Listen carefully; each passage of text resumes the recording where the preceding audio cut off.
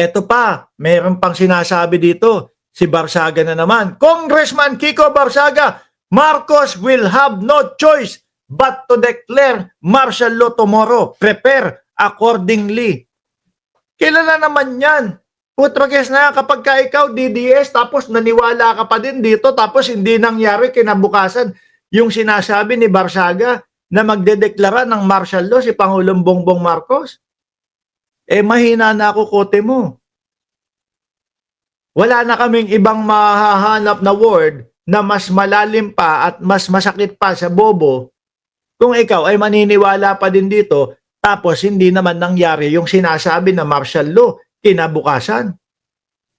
Diba? Sabi ni Trisha, malaki daw ang problema sa Dasma Cavite sa basura. Bakit hindi niya ayusin yun? Puro yabang lang yan. Eh kasi ang gusto, maging House Speaker daw. No, kaya yun ang inuumpisa. Siguro akala niya makakakuha siya ng mga suporta. Pero bakit nag-iisa, 'di ba? Lito Braga? Oh, may pa-martial law pa ngayon. Ibang klase talaga. Saan dinadala ni Kiko Barsaga ang utak ng mga DDS? Saan? 'Di ba pag kinabukasan paggising ho nating lahat. Oh, at 13 ng Oktubre at wala pa ding martial law na nangyayari. Aba, gusto nyo mga DDS, gusto nyo lubid o ano? Lubid or alambre? Ano sa tingin nyo? Ano mas gusto nyo sa dalawa? No, sabi ni Pilipinas, so ayaw kong maging DDS supporter talaga, promise, walang utak. Eh, sabi ko nga sa inyo, ano lang ang dapat gawin para maging DDS? Huwag paganahin ng utak. Ganun lang ho yun. Maniwala doon sa mga parang mesaltek na mga kumukontra kay Pangulong Bongbong Marcos. Dati ho, pinagtatawanan pa natin Si pangalan nun yung tumatakbo ng pagka-presidente? Yung si Rastaman Parang eto, mas malalim pa ho to at mas maano pa to kay Rastaman Diba? O tignan mo, with matching, mga pasabi-sabi pa na may martial law daw na ibababa, idedeklara ang ating Pangulo kinabukasan.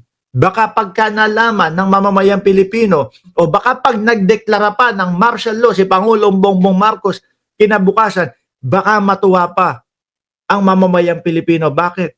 Ang dami niyong magugulo sa Pilipinas Di ba? Baka sabihin pa, naku, salamat po Pangulong Bongbong Marcos at idineklara mo ang martial law nang mahinto na itong mga puro mga ka-fake newsan, puro mga rally ng rally. Oh, baka matuwa pa ang bayang Pilipinas kapag kaganyan. Hindi marunong mag-research mga DDS, walang ibang alam kundi ang feed sa kanila. Correct. Tsaka kapag kayong nag-feed na sa kanila, Ben Tumbling, yun na yun. Hindi na nila aalam. Oh, wala talaga! Siguro yung mga inimbitahan ni Barsaga, nakakulong pa. Baka yung inimbitahan ni Barsaga, hanggang ngayon ho, mga kababayan, ay hindi pa din pinapayagan ng magulang.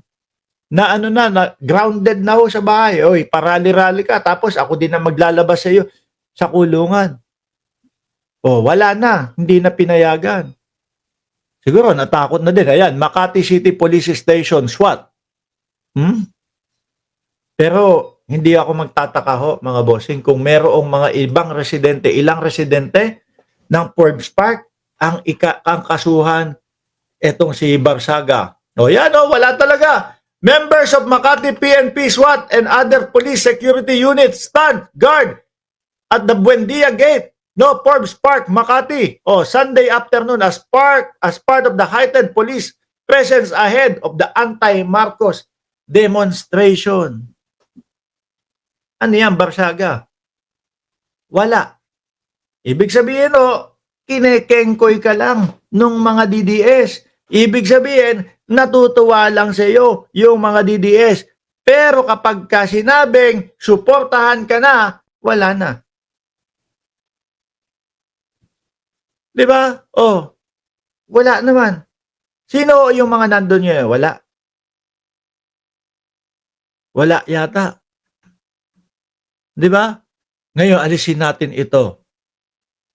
May panibagong patutsada na naman si Kiko Barsaga, mga bossing. May panibago ho, mga kababayan. Ano? Ito oh.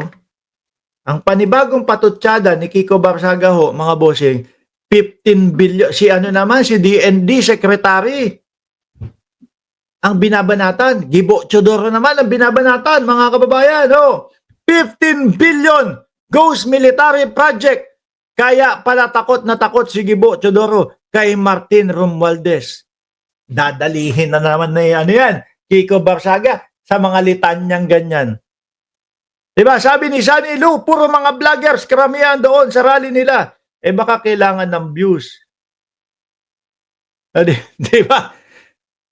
Alam nyo, nung pinapanood ko sila dati pa, yung mga unang mga EDSA pa nila, yung kumakalat yung mga balita na mga nanghihingi sila ng pera doon sa mga OFW. Kita ko yung isang vlogger sumisilip ng gano'n, kunyari tulog-tulugan doon sa sa EDSA. Tapos ang layo ng camera.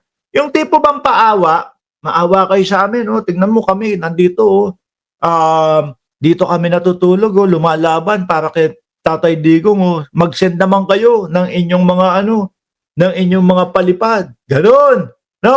Sisilip doon sa kumot. Uy, may palipad na. Okay, tulog na. Kala nyo, hindi namin alam yung diskarte nyo, ha? Oh, eto, may hearsay na naman po. 15 billion goes military projects. Kaya pala takot na takot si Gibo Chodoro kay Martin Romualdez. Hahanapan na natin ng ebidensya. Wala na naman. Ganon na naman.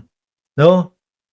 Mga DDS, tatanungin ko kayo, hindi ba kayo nagsasawa kakapaniwala dito kay Barsaga nang walang ebidensya? Di ba? Hindi kayo nagsasawa? Puro kailan pa ba? Simula yata 2022? O, mga 2023 naman, di ba? Diyan kayo nag-umpisa. Mga DDS ninyo, pati yung presidente na nakakulong na ngayon sa dahig. Wala ding naipakitang ebidensya yon na adik-adik si Marcos. Oh. Pati yung vice-presidente, bumabanat. Wala din mga maipakita. Bukod doon sa gawa-gawa at ginawa nyo lang na video, na pulburon video. Wala din. Sabi ni Tony Ninobla, Sir, pinaniniwalaan pa ba yang si Kring Kring Barsaga kahit nga yung nanay ni si Buanson hindi nagpakita? Wala din. Oh, ngayon, lilangaw yung people power, eto, kumukuha na naman ng simpatya, 15 billion naman daw, si Gibo Chodoro naman ang binabanatan, ang tinitira. Same thing lang din, no?